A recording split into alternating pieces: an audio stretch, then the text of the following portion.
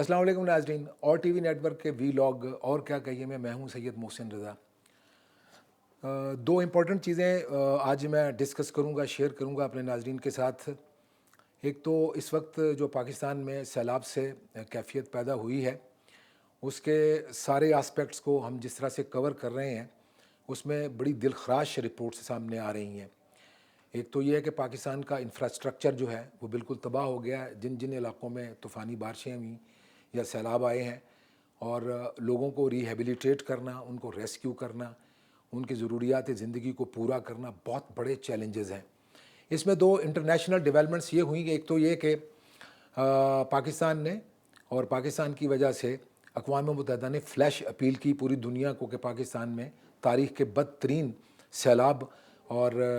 जो बारिशें हुई हैं, जो क्लाइमेट चेंज आई है पूरी दुनिया में, उसमें पाकिस्तान जो है सबसे ज़्यादा मुतासर हुआ है। उस फ्लैश अपील का मतलब ये था कि पूरी दुनिया जो है अपनी ज़िम्मेदारियाँ पूरी करे और पाकिस्तान की मदद करे। इसमें अक़वाम मुत्तहिदा के सेक्रेटरी जनरल उन्होंने दौरा किया और प्राइम मिनिस्टर शहबाज शरीफ के साथ उन्होंने सैलाब से मुतासरा लोगों और इलाकों का दौरा किया, जहाँ पर उनको ठहराया गया है। उनकी उन्होंने ज़रूरियात को देखा, तरसील को देखा, उनकी ज़रूरियात क्या है, पाकिस्तान को कितनी फ़ाइनेंशियल असिस्टेंस या सपोर्ट की ज़रूरत है। और इसी के कॉन्टेक्स्ट में नाज़रीन, यूनाइटेड नेशंस के जनरल असम्बली सेशन में प्राइम मिनिस्टर शहबाज शरीफ जो हैं वो 23 सितंबर को ख़िताब करेंगे, और 19 से 23 सितंबर तक चलने वाला ये जो UNGA का इजलास है, उसमें दुनिया भर के लीडर्स मौजूद होंगे, सरबराहान ममलिकत होंगे, और पाकिस्तान को एक अच्छा मौका मिलेगा दुनिया भर को इस बात को रियलाइज़ करवाने का कि पाकिस्तान में जो सैलाब आया है या तूफ़ानी बारिशों ने जो पाकिस्तान का हाल बुरा किया है, उसमें तो पूरी दुनिया जो है वो अपनी ज़िम्मेदारियाँ पूरी करें। वो दो नोयत की हैं। एक तो ये कि इमीडिएटली पाकिस्तान को फैसिलिटेट किया जाए, फाइनेंशियल सपोर्ट किया जाए, और दामे दरमे कदमे सुखने जो कुछ भी किया जा सकता है वो उन तमाम लोगों को जो सैलाब से मुतासर हुए हैं, क्योंकि पाकिस्तान की हुकूमत इस पोजीशन में नहीं है कि अकेली उसका बोझ बर्दाश्त कर सके, उसमें पूरी दुनिया को अपनी ज़िम्मेदारी पूरी करनी चाहिए। दूसरा ये है कि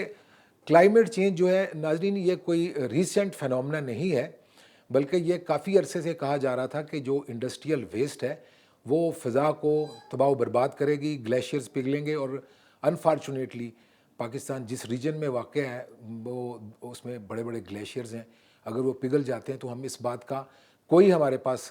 ना तो सद्देबाब करने का, ना रोकथाम करने का, और ना उसकी जो है वो जो रिपोर्टिंग होती है, अर्ली रिपोर्टिंग, उसका कोई सिस्टम नहीं है। ये होना चाहिए। इससे ये कम अज़ कम फ़ायदा हो सकता है कि पाकिस्तान को अपने उन तमाम इलाकों को जिन जिन इलाकों में सैलाब आए हैं, उन इलाकों से इंसानी बस्तियों को किसी और जगह पे जाके आबाद करने का मौका मिल सकता है। दूसरी इसमें चीज़ जो शामिल है, जो दुनिया को क्लाइमेट चेंज के हवाले से ज़िम्मेदारी याद दिलाने की ज़रूरत है, और डेफिनेटली प्राइम मिनिस्टर वहाँ पर अपने ख़िताब में, जहाँ पर कश्मीर के मसले का ज़िक्र करेंगे, पाकिस्तान के जो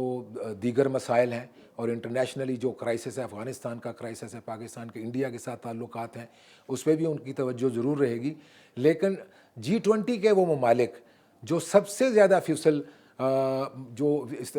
फुजला जो कार्बन डाइऑक्साइड में इजाफे का बायस बनता है फॉसिल फ्यूल के कंज्यूम करने के बाद, उसमें कमी करने, और जो फ़ंड उन्होंने उन ममालिक को जो सबसे ज़्यादा कार्बन डाइऑक्साइड की आमेज़श जो है उसकी वजह से इस किस्म की सूरत हाल से गुज़रते हैं कि माहौलियाती उसमें तबाही होती है, वो अपनी ज़िम्मेदारी पूरी करें और पाकिस्तान को ड्यू उसका शेयर जो है वो भी दिया जाए। नाज़रीन, अब आता हूँ मैं पाकिस्तान के पॉलिटिकल सीन की तरफ, जिसमें मुझे ये नज़र आ रहा है कि तमाम सियासी जमातें एक ऐसी लड़ाई में लड़ती हुई एक ऐसी बंद गली में जाके खड़ी हो गई हैं, जहाँ पर हमें इस बात का पता नहीं चल रहा कि बुनियादी तौर पर पाकिस्तान जो है उसकी इस वक्त की जो सूरत हाल है उसमें सियासी पार्टियाँ क्या अपनी ज़िम्मेदारी का एहसास कर रही हैं। नाज़रीन, सैलाबों ने, जिस तरह से मैंने अर्लियर अपने कई प्रोग्राम्स में ज़िक्र किया है कि पाकिस्तान इंतहाई वल्नरेबल पोजीशन में है, और इंतज़ामी एतबार से, सियासी एतबार से इस किस्म की सूरत हाल में जो तहरीक इंसाफ का मुतालबा है कि अर्ली इलेक्शन करवाए जाएँ और इससे कम पर वो किसी भी जगह पर रुकने को तैयार नहीं है, उसने कुछ ऐसे महाज़ों पे भी जंग मौजूदा हुकूमत के साथ लड़नी शुरू कर दी है, जो पाकिस्तान का इंटरनल मामला तो हो सकता है, लेकिन इसके साथ साथ हमें यह देखना भी होगा कि पाकिस्तान की सिक्योरिटी के ज़ामन जो अदारे हैं उनको भी इसमें मुतनाज़ बनाया गया है। इस सारी सूरत हाल में जो دانشور طبقے ہیں, جو میڈیا ہے یا پاکستان کے دیگر انٹیلیجنسیا ہے, ان لوگوں کی سب کی یہ رائے ہے کہ یہ وہ صورتحال ہے کہ جس میں کوئی بھی پاکستان کا دشمن یا پاکستان کی ریاست کے مخالف عناصر جو گزشتہ کافی عرصے پہلے انہوں نے پاکستان کے ریاستی اداروں پہ بھی اور سویلینز کو بھی اپنی دہشت گردانہ کارروائیوں کا انہوں نے نشانہ بنایا تھا, ان کے حوالے سے ہماری تمام سیاسی جماعتیں اور ہمارے جو سیکیورٹی کے ادارے, میں یہ نہیں کہتا کہ سیکیورٹی کے اداروں کے پاس اس قسم کی رپورٹس نہیں ہوں گی, لیکن بین الاقوامی سطح پر پاکستان کے اندر تمام دہشت گرد گروپ اور جو بین الاقوامی دہشت گرد گروپ ہیں جو مختلف ممالک میں اور بالخصوص پاکستان میں بھی جن پر پابندی اور ان کو کالعدم قرار دیا گیا, ان کے خلاف عسکری طاقت بھی استعمال کی گئی تھی, ان کو پاکستان سے باہر نکال دیا گیا تھا یا وہ ڈورمنٹ ہو گئے تھے, ان کی ری گروپنگ ہو رہی ہے. Brussels based International Crisis Group اس نے اپنی لیٹسٹ رپورٹ جاری کی ہے. اس رپورٹ میں اس نے اس بات کا اندیہ دیا اور خدشے کا اظہار کیا ہے کہ پاکستان کے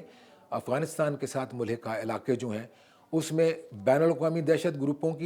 گرد گروپوں کی اور پاکستان کے اندر کالعدم تنظیموں کی جو عسکری قوت کی حامل ہیں اور جن کا ریکارڈ یہ ہے کہ انہوں نے پاکستان کو بہت نقصان پہنچایا, جو سیکٹیرین یا فرقہ وارانہ دہشت گردی کی وارداتوں میں ملوث رہے, ان کی